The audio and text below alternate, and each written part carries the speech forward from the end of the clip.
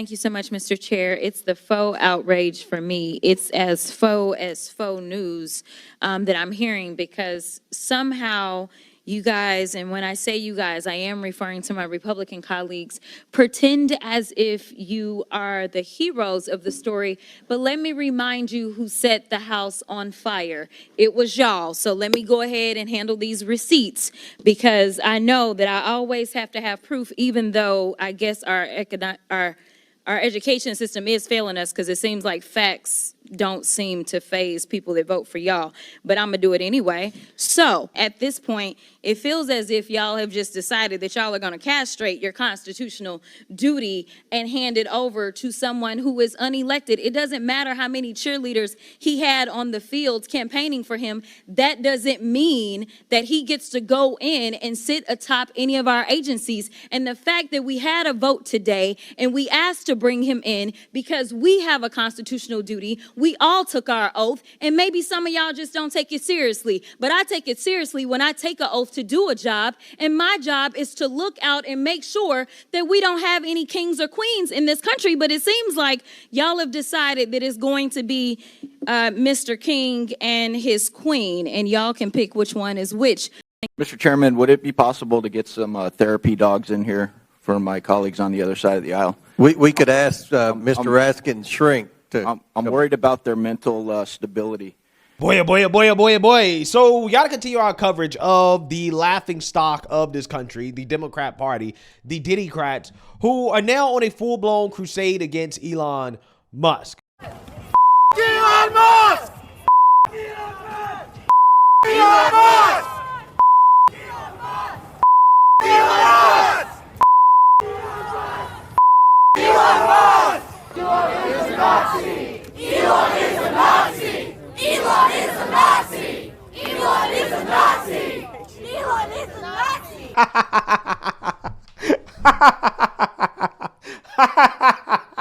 Guys, I gotta tell you, I never get enough of seeing these leftists lose their minds over Elon Musk and President Trump, right? This has been an amazing last 3 months. Probably the most amazing 3 months of my life, to be honest with you guys. It has been truly enjoyable. And it seems like we have 4 more years of this. I'm not sure if I can take it, because these meltdowns have been legendary. So with that being said, Democrats and their followers, they are putting on one big performance, because the Democrat Party is a dying party. So now they're trying to use Elon Musk and the fight against the unelected billionaires, which they don't care about in principle, by the way, right? Just understand, none of this is on principle. All of this is Trump derangement, because if these people actually gave a damn about unelected billionaires and their influence on the government, they would have been protesting in the street as George Soros was funneling millions of dollars into these woke progressive DAs that ushered in the soft on crime era of this country that led to nothing but crime, destruction, and chaos within these liberal cities. Thousands of people, a lot of them, so-called people of color, by the way, have lost their lives due to the soft on crime epidemic that has happened in this country thanks to George Soros. Where were Democrats at? Oh, wait, I forgot. They were giving George Soros a Presidential Medal of Freedom, right? Joe Biden gave George Soros a medal for being an agent of chaos. That's what Joe Biden did, okay? So I don't want to hear anything about unelected billionaires running the government and having influence, because they didn't give a damn about it before. What they actually give a damn about is transparency, which is what Elon Musk is bringing to this government. And this is what they're afraid of, because Elon Musk just dropped another bombshell in which you have Politico, who is supposed to be a neutral media outlet. They're getting paid off by the government. Some of that USAID aid was actually going to Politico and some of these liberal media outlets. Yes. USAID has gotten a lot of attention in the last couple of days with some of these bizarre things that we've been, taxpayers have been funding. Mm-hmm. Now it looks like there are a couple media outlets that have been dragged into this conversation as far as USAID funding as well. Does the President have any comment on that? So upon coming out here to the briefing room, I was made aware of the funding from USAID to media outlets, including Politico, who I know has a seat in this room. And I can confirm that the more than 8 million taxpayer dollars that have gone to essentially subsidizing subscriptions to Politico on the American taxpayers' dime will no longer be happening. The DOJ team is working on canceling those payments now. Again, this is a whole of government effort to ensure that we are going line by line when it comes to the federal government's books. And this president and his team are making decisions across the board on, do these receipts serve the interests of the American people? Is this a good use of the American taxpayers' money? If it is not, that funding will no longer be sent abroad, and American taxpayers will see significant savings because of that effort. Yeah, so that's what they're afraid of, okay? They're afraid of transparency, right? Democrats don't want you to know that they're paying off these liberal media outlets to essentially push propaganda on the American people with taxpayer money, right? That's what they don't want you to know. And this is why they're going as far as to now move to impeach President Trump, partly because of what he's allowing Elon Musk to do, which is to expose their corruption. And they also apparently don't believe in free speech either. Take a look. Mr. Speaker, and I rise today, Mr. Speaker, with a to whom it may concern message.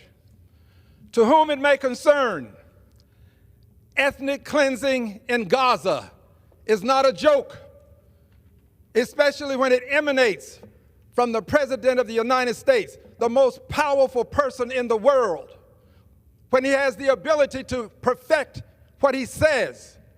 Ethnic cleansing in Gaza is no joke, and the Prime Minister of Israel should be ashamed, knowing the history of his people, to stand there and allow such things to be said. Ethnic cleansing has been a crime against humanity. And I stand here today in the well to denounce what was said, to denounce what the President said, to denounce the complicity of the Prime Minister of Israel, and to remind people that Dr. King was right. Injustice anywhere is a threat to justice everywhere. And injustice in Gaza is a threat to justice in the United States of America. I rise to announce that the movement to impeach the president has begun. I rise to announce that I will bring articles of impeachment against the president for dastardly deeds proposed and dastardly deeds done. I also rise to say that the impeachment movement is going to be a grass-up movement, not a top-down.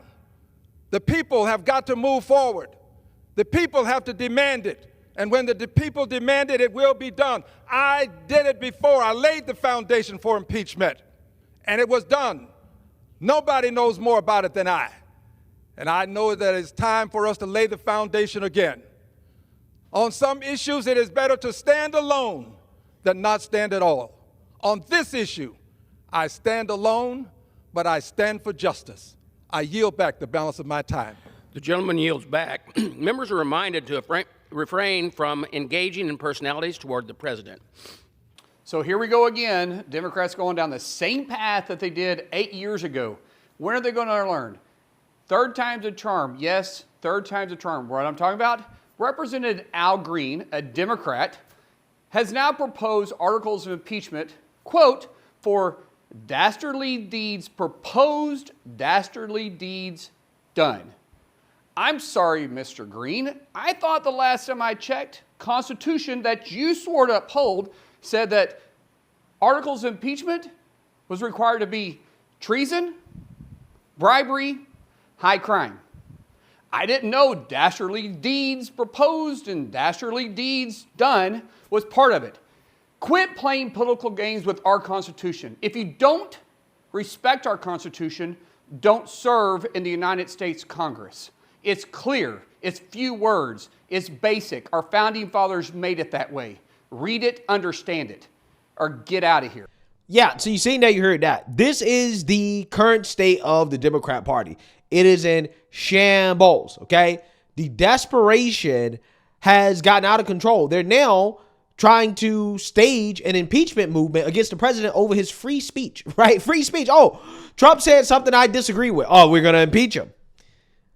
Desperation. Okay. The reality is that they can't do a damn thing about what Elon Musk is doing, because what Elon Musk is doing is not illegal. Okay. Elon Musk is somebody that is working basically as a contractor for the government in his capacity. It is no different than if you had a Democrat in office and the Democrat has his Treasury Secretary nominated and confirmed by the Senate, and then the Treasury Secretary goes out and hires a private contractor to come in and to audit the government, right? Which is something that, you know, I don't understand why they haven't done that before, but apparently this is a very foreign concept to the Democrats. And ultimately, at the end of the day, for people who claim that they care so much about Elon Musk not being elected, they seem to not care at all about the fact that Kamala Harris, nobody voted for her in the primary, but she was the Democrat Party nominee, right? And nobody voted for Kamala Harris at all.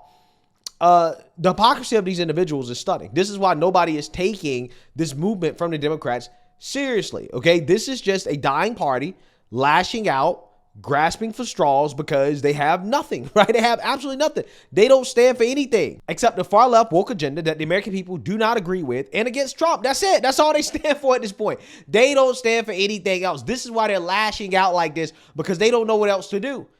They don't know what else to do. This is a dying party. This is a dying movement, right? That's what we're witnessing. They're mustering up their last little bit of support. Those people out there, those are the only people in the country that support the Democrats, right?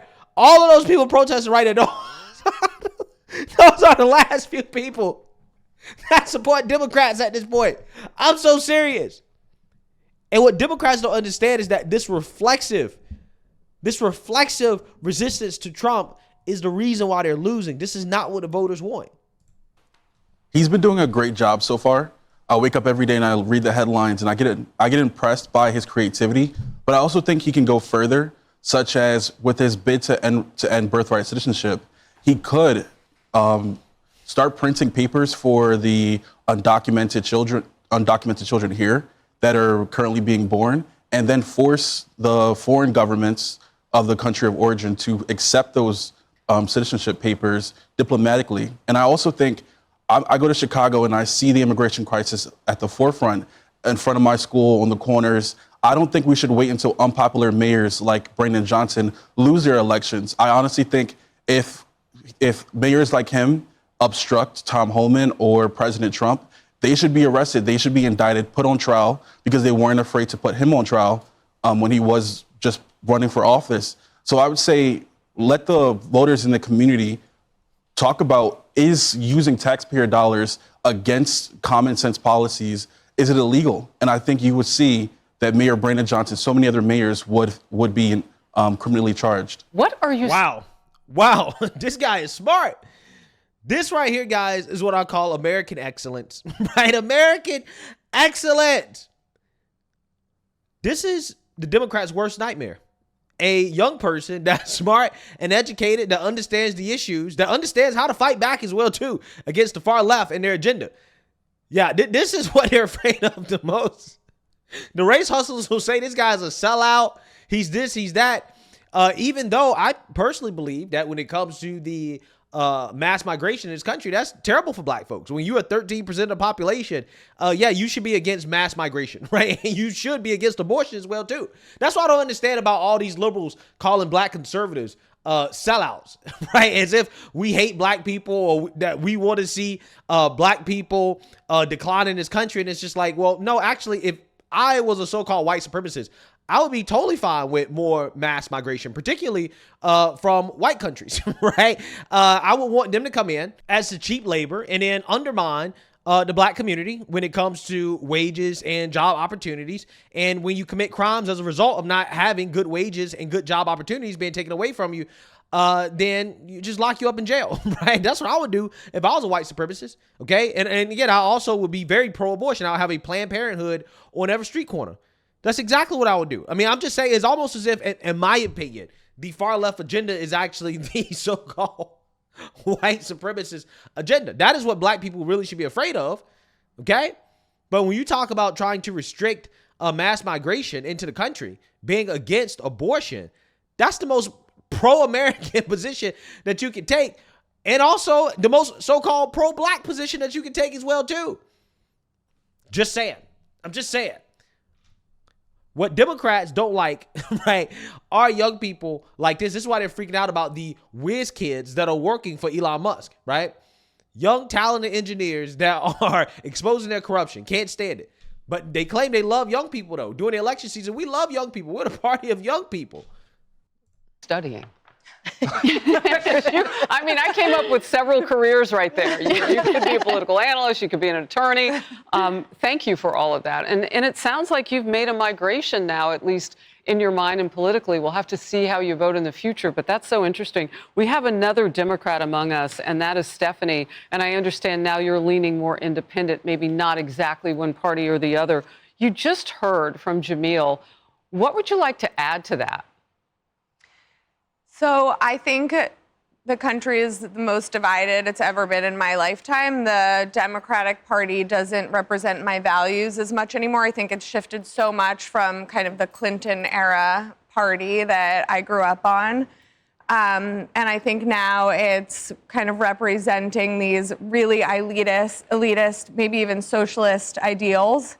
I'm a mother of 4 kids. I have real concerns. I have really immediate issues that I want to make sure are addressed. And I think as an independent, I can use my own brain. I can have an open mind and a critical ear and look at candidates for who they are and what they represent, and if that mirrors my values. As far as adding on to Trump's border policies, immigration, birthright citizenship, I think the Constitution was meant to be reevaluated and debated, and this incredible country that we live in is built on discourse and debate and discussion and smart people coming together to solve big problems in a constructive way so that we can have this incredible liberal democracy that we live in, which is a give and a take.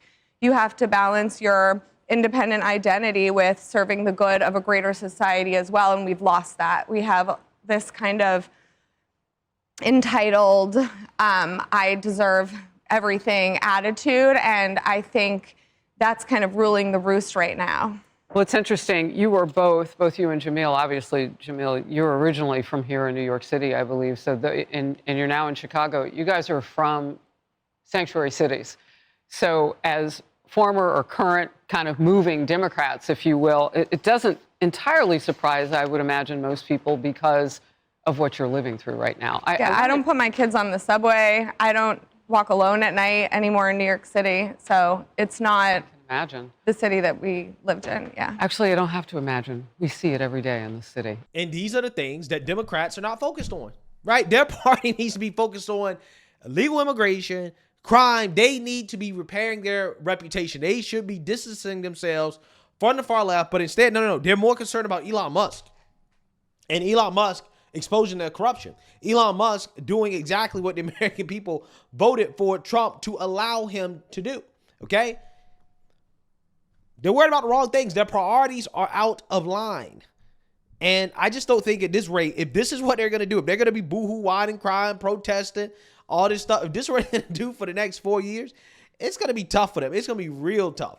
You can't rally around hating Trump. Hating Trump is not what is going to allow the Democrats to revive their party. Hating Elon Musk is not going to do that as well either.